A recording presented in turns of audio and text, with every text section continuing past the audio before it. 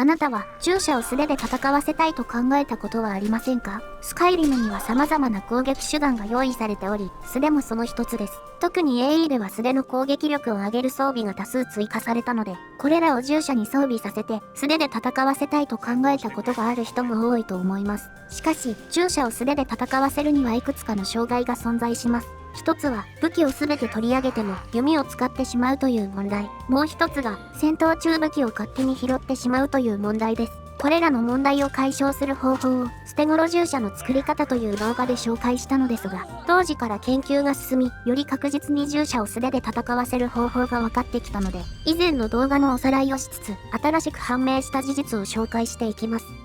まずは初期弓問題について、従者を雇うと、インベントリには表示されない弓と矢が追加されます。この弓と矢をそれぞれ、初期弓、初期矢と言います。これらはインベントリに表示されないので、取り上げることができません。また、初期弓には矢を消費しないという特性があるので、矢が尽きることがなく、延々と撃ち続けてしまいます。これを解消するために必要なのが、帝国軍の弓です。矢を消費しないのはあくまで初期弓の特性なので、初期弓以外の弓を持たせれば、いずれ初期矢を撃ち尽くして、素手で戦ってくれるようになります。従者は単に攻撃力の高い弓を渡しても、種類によってはなぜか使ってくれません。帝国軍の弓なら使ってくれるし、酔いどれハンツマンでレベル1から購入できるので、特別な理由がなければ、帝国軍の弓を渡すのがいいでしょう。敵から矢を受けると、たまにインベントリに矢が追加されてしまいますが、撃ち尽くせばまた素手で戦ってくれるようになります。ちなみに、闇の一等の新人とシセロは初期弓が追加されないので、単に武器を取り上げるだけで素手で戦ってくれます。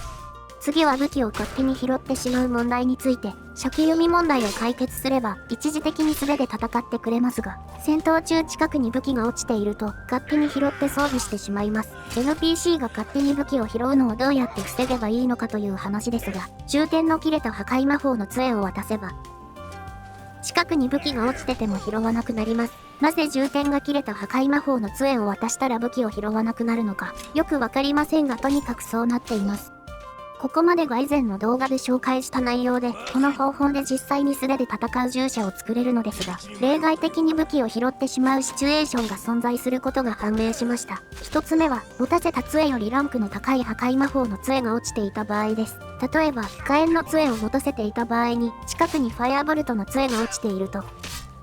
拾って使ってしまいます。これの解決法は簡単で、なるべくランクの高い杖を持たせれば落ちてる杖を拾わなくなります。もし杖を拾ってしまったら、その都度空にしてから返していけばいずれ拾わなくなるはずです。もう一つは、持たせた杖の属性が無効化されてしまう場合です。現在熟練者レベルのアイスジャベリンの杖を持たせているのですが、ドワーフオートマトンなどの霊気を無効化する敵が相手だと、武器を拾ってしまいます。どうやら杖の使用が行動の選択肢に入らない状況だと武器を拾ってしまうようです。これの解決法も簡単で、属性の違う杖を2本持たせれば武器を拾うことはほぼなくなります。例外として敵の魔法耐性が 100% だと2属性の杖を持たせていても武器を拾ってしまいます。これは防ぎようがありませんが、魔法耐性が 100% の敵はほぼいないので問題にはならないと思います。